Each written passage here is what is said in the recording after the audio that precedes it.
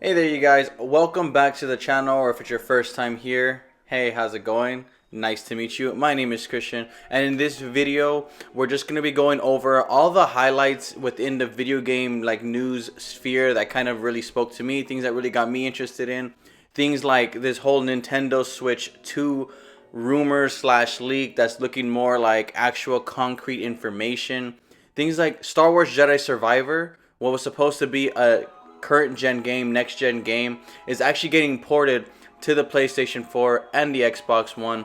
All that and more in this video. If you guys like this type of video, do me a favor and like this video. Please consider subscribing, as we do this every single Friday, where I just grab some random news articles that I thought were really cool and I think you guys might be interested in it as well. Consider subscribing if you guys want to stick around for more content like that. And without wasting any more of your precious time, let's get into the video. Alright, so let's talk first things first about the Nintendo Switch 2, where this started becoming like conversation, where it kind of becomes more concrete. So originally we started hearing, well, always hear a bunch of rumors, but the thing that sounded a little bit more concrete was a couple weeks ago when some leaker pretty much leaked out the information saying that development kits for the Nintendo Switch are in the hands of third parties, specifically him referencing a Spanish studio. A lot of people connected it being Mercury Steam, but that was still a lot of like hearsay. That was still a lot of rumor territory information, and a lot of people weren't really putting too much stock into that. Well, as recently as this week, VGC and Eurogamer both came out with reports stating that, yeah, the dev kits for the Nintendo Switch 2 are being distributed amongst the third-party companies that were close with Nintendo, and a lot of the major third-party companies, people that you want making games for you around launch pretty early on. And they had more than just, hey, it's in their hands. They came out with some more information like specs. They came out with some details regarding the hardware itself, things that grounded this more into reality, things that didn't seem, you know, pie in the sky, over the top, crazy style information. A lot of it was very realistic and possible, as well as the fact that VGC, Eurogamer are also like saying in unison that this is the stuff that they're hearing, and a lot of it is lining up. So some of the stuff that they've like detailed out, saying that Nintendo is planning on releasing the successor to the Nintendo Switch sometime in 2024. A lot of people are speculating that it'll be announced early 2024 and set for like holiday 2024 release window.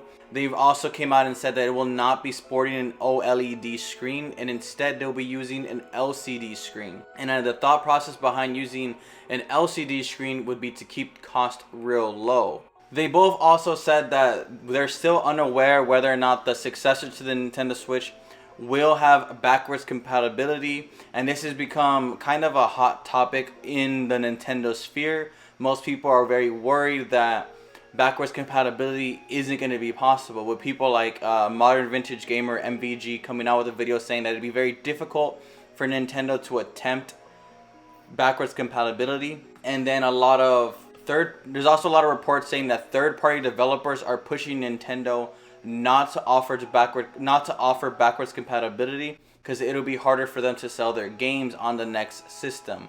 So a lot of this is starting to lean more towards Nintendo might just not do backwards compatibility if it's too difficult, if the third parties don't want it. But ultimately, it is the next Nintendo Switch hardware, and Nintendo can do whatever the heck they want. I think if they really wanted to make this machine backwards compat, they can do it. They've done it in the past with weirder systems. And third party never really keeps Nintendo afloat. It's more their solid lineup of strong IP. So I don't think third parties are going to outright not make games for the next Nintendo Switch, especially seeing how successful the current Nintendo Switch is. There's no way they're not going to want to jump aboard. So I think Nintendo is really the people in the power seat position right now. If they want backwards compat, they will do backwards compatibility. So I guess that makes me more confident knowing that whether or not third parties are trying to push them towards theirs, or whether or not it's really like hard to do, I definitely think Nintendo, if they want to do it, they're gonna freaking do it, and if they don't do it, it's really on them. But yeah, so all these leakers, all these news articles reporting on the Nintendo Switch 2 coming out 2024 is starting to sound a lot more concrete, Where there's smoke, there's fire. So, hey, I'm very hyped. I'm very excited to see whatever the successor to one of Nintendo's greatest consoles it's going to be. It's going to look like, what softwares we're going to be getting. All in all, I'm just super freaking hyped. But still, all of that isn't concrete yet. Nothing's 100% official until Nintendo says so. What is 100% official, what is very concrete, is Nintendo's quarterly earnings reports that they shared with their investors recently. And to no surprise, Nintendo made gangbusters in sales, with things like Tears of the Kingdom and Super Mario Bros. Being huge successes, more successful than I think anyone really anticipated. Even Nintendo was very surprised by this huge success. Analysts that are supposed to like project what they were supposed to be making were proven very wrong, and Nintendo is just on top of the world right now. Nintendo could do no wrong. They could release whatever they want, and I think they're gonna find success as long as they keep doing what they're doing right now and not really listening to what the other like platforms are doing, not what the other publishers are doing, just doing 100% what Nintendo does best. And I feel like they're gonna keep having great success into the future. With the new Nintendo Switch, or Nintendo Switch successor, whatever it is, coming out hopefully 2024, we can start to restart the clock on a lot of these legacy IPs that always come out on the newer consoles. Things like a 3D Mario, 3D Zelda, things like Animal Crossing, and Super Smash Bros. Whatever the future holds has been up for debate. Super Smash Bros. Ultimate being kind of the ultimate version of what we've come to expect from Super Smash Bros. All the way back from the Nintendo 64 days. Now, the lead director and essentially creator of Smash Bros., Masahiro Sakurai, stated on his YouTube channel, he made a video saying that he can't imagine a Super Smash Bros. Game releasing without his directorial lead. There's no one in his position that can really take over for what he's been doing for like the longest time now. And for a lot of people, I think that brings them comfort, knowing that if there is another Smash Bros., which there will be, that Masahiro Sakurai will most likely indefinitely be the lead director, lead creator, lead designer on the next entry into Smash Bros. Now, for a couple things, this kind of bothers me. One, I don't think a game is one person. Like, it's not. Like, for all these people who say Masahiro Sakurai is like, you know, the only reason why Smash Bros. Is as successful as it is, I just find that so hard to believe, and I feel like that discredits tons of very strong developers that had worked underneath him. Like, granted, Masahiro Sakurai is probably the only person who can create this like game the way we know it, the way it's been. But I feel like with Ultimate, this would be like a clean time to start fresh and take the IP to a new direction. I feel like everything that Masahiro Sakurai has been building, from the N64 to Melee to Super Smash Bros. Brawl, and then ultimately to Super Smash Bros. Ultimate, I think has cumulated in a very perfect character arc for the IP as itself. But I feel like, again, with Ultimate doing everything that everyone wanted to, it is time for a clean breakaway to try something a little different, try something a little bit more innovative, I think, in the genre. And I think, not that Sakurai is holding back the franchise, by no means is he holding it back, but I do think maybe you need some fresh eyes to help assist you on taking this to the next like evolution of what this IP could be, what this franchise has been. And I feel like with this next Smash Bros., because they haven't really took the time to put someone underneath his tutelage, put someone who can learn directly from Sakurai, that this would be the next time, this would be their best opportunity to put someone side to side working with Masahiro Sakurai. That way, we're not forcing the legacy of Smash Bros. Solely on the shoulders of Masahiro Sakurai. I'm a fan of the game more than I'm a fan of the creator or the developer. I'm sorry, but that's just the way it is.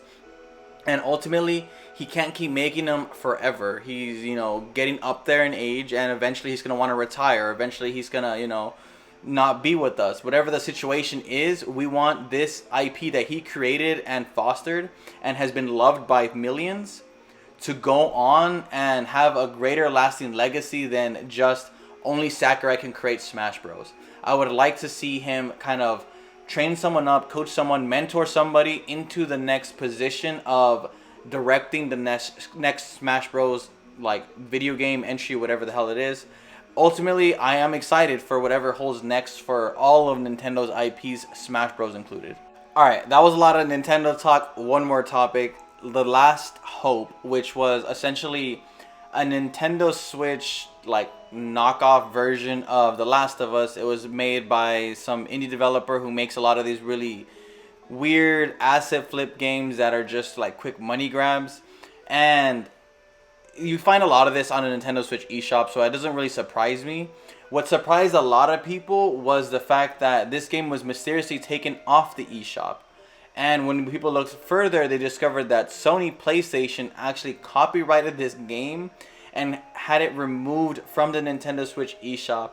And I guess because it's like too close to The Last of Us, I feel like that's a stretch though. I feel like nothing in this game looks anything like Last of Us. Maybe some of the art design, but this is very much not The Last of Us. I think anybody who knows The Last of Us can look at this game and be like, this is not the HBO award-winning TV show The Last of Us, the Game of the Year winning Last of Us. It's not that. So I think it's funny that Sony would stoop so low as to get this game removed from the eShop.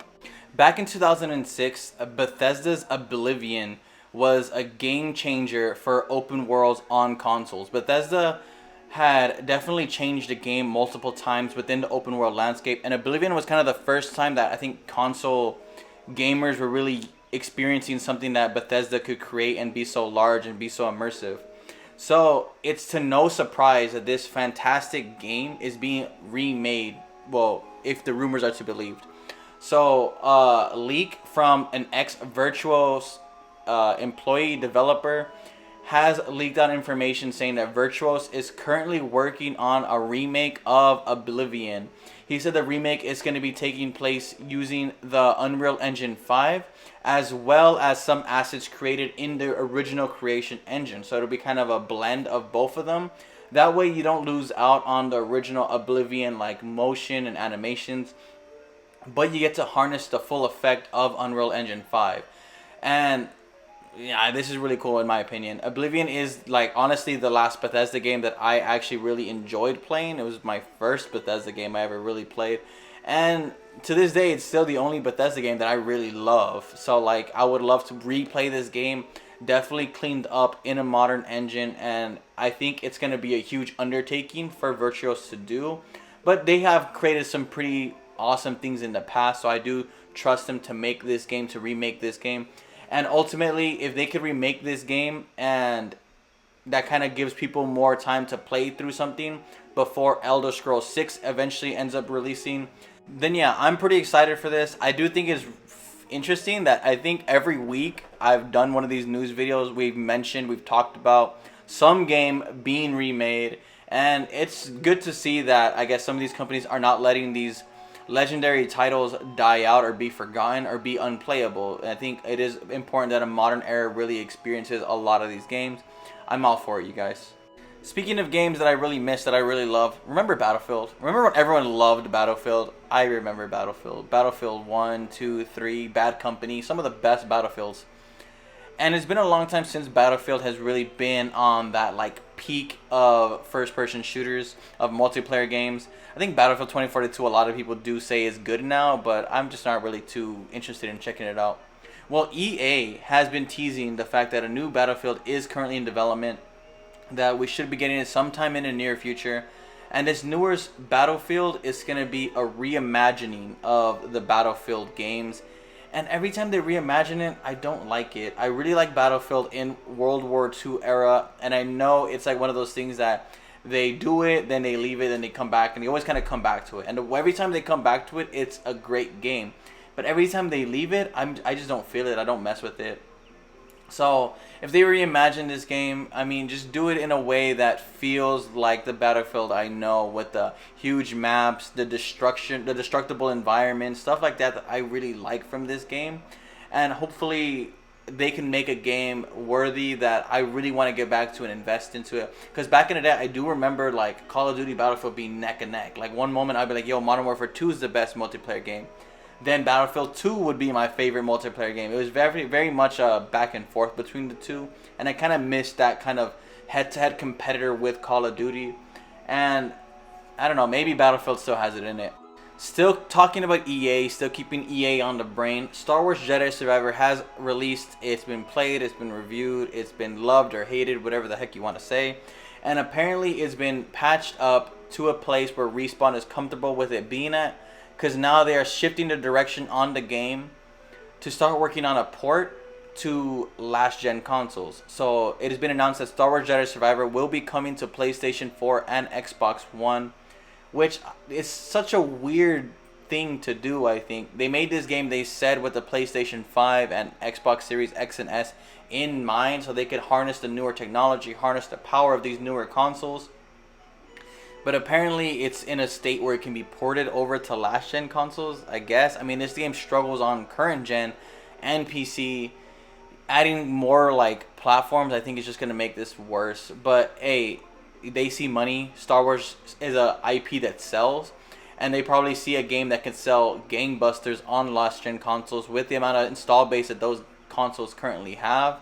So I mean, I already played it, I already love this. So in the end of the day, I don't really care, I don't mind. I would just wish that Respawn would further work on making this game, I think, a little bit smoother for all people who want to play this game, or at least start like conceptualizing the next game. Overall, I don't know. I'm not behind Respawn's development team. I don't really know what kind of room they have to really work on this game, but apparently they feel like they have the time to do it. So, PS4, Xbox Series, or Xbox One like players, get ready, because this game is going to be a buggy, hot mess when it releases.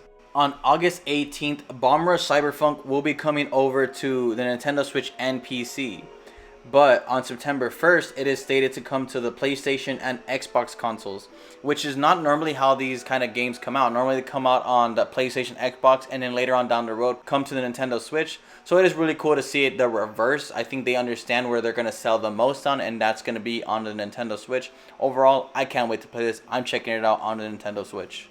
Remnant 2 has been a sleeper hit, I think, in 2023. And Gunfire Games and Gearbox Publishing have came out stating that Remnant 2 has officially sold 1 million copies. That is very impressive for a game that I feel like had a very quick marketing release. At least for me, I didn't hear about it until like very last minute, and now I see it plastered everywhere on YouTube, on like commercials, on like streamers. I see Remnant 2 getting some love that this game rightfully deserves. I've been playing through it and having a blast with Remnant 2. So mad props to this team and releasing this game kind of to a huge surprise for a lot of us. The last thing I want to talk about is Gamescom 2023. I feel like there's a lot of hype around this year's Gamescom. A lot of hype that Gamescom doesn't normally get. So I want to kind of talk about where this hype is coming from and if it could live up to this hype. So first things first, I want to talk about more speculation, rumor territory. There is people saying the Nintendo Switch successor will be unveiled to the public at Gamescom. Now, this I feel like isn't really super accurate. I do think Nintendo will be bringing the Nintendo Switch successor to Gamescom, but not for the public. They're definitely going to have backdoor meetings, some conversations with like publishers and developers showing their next console so that they can start getting ready and developing concepts for the next successor. And that's going to be exciting to see if anyone does get a glimpse of this thing that is more of like the public, it is more of like the media. So I guess we'll just have to see on that. But what is even more concrete information is the fact that Microsoft Xbox has planned a big, blowout at Gamescom. And this year has been a great year for Xbox presentations, from their developer directs to like their Summer Game Fest show. They've had a lot of success with showcasing a lot of their games and their next 2024 and beyond, as far as like what they plan on doing with their ecosystem. And it has successfully got me properly hyped. Now I think they just got to start releasing games. So overall, with a lot of this chatter, I think there is going to be a huge blowout of huge releases and huge announcements at Gamescom, and I'm just very excited to see. I think this is going to be our big like announcement reveals of a lot of things to expect in 2024 and holiday 2023. So I'm just very excited for this year's Gamescom. Well, that does it for this week and all the gaming stuff that really interested in me. Hopefully it was interesting to you. Let me know down below what your guys' thoughts are any of these topics. And with that being said, remember to go out there, play some games this weekend, have some fun, enjoy yourself, maybe touch some grass, whatever it is that you need to do to just enjoy your weekend, have at it, and I'll see you guys on the next video.